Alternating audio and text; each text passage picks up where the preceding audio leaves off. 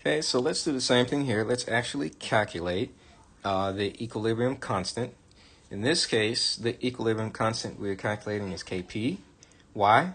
Because look at our data here. Our data are pressures measured at equilibrium as opposed to molar concentrations. So we're going to be given Kp, or we're going to find Kp in this case. So what is Kp equal to? Well, in order to determine what Kp is equal to, we need to write the equilibrium constant expression. We know how to do that.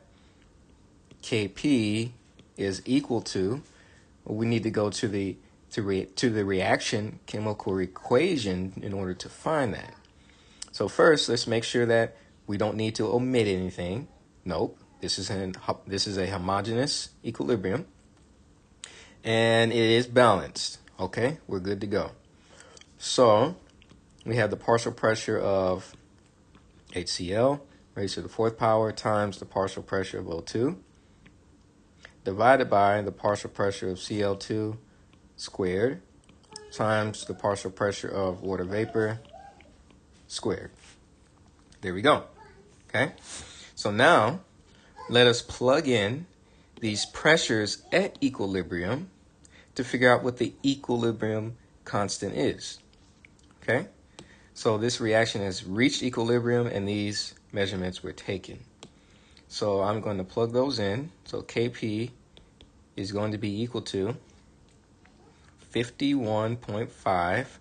Kp doesn't have units, so we would just won't write ATMs. We'll just ignore it. To the fourth power times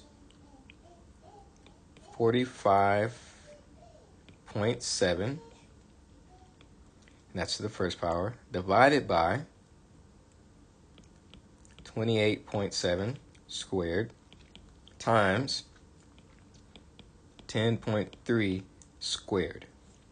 So let's see what we get. I get Kp is equal to 3,678.81. There are no units for Kp again.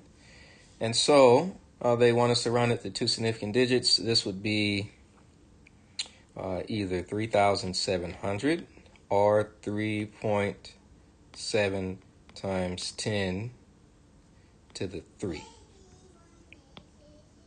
Okay. This fairly large Kp tells me that the formation of products is favored for this reaction. So at equilibrium, the formation of products is going to be favored over the formation of reactants, and we see that here. HCl and O2 are products, and look at the pressures for these compared to the pressures of our reactants here.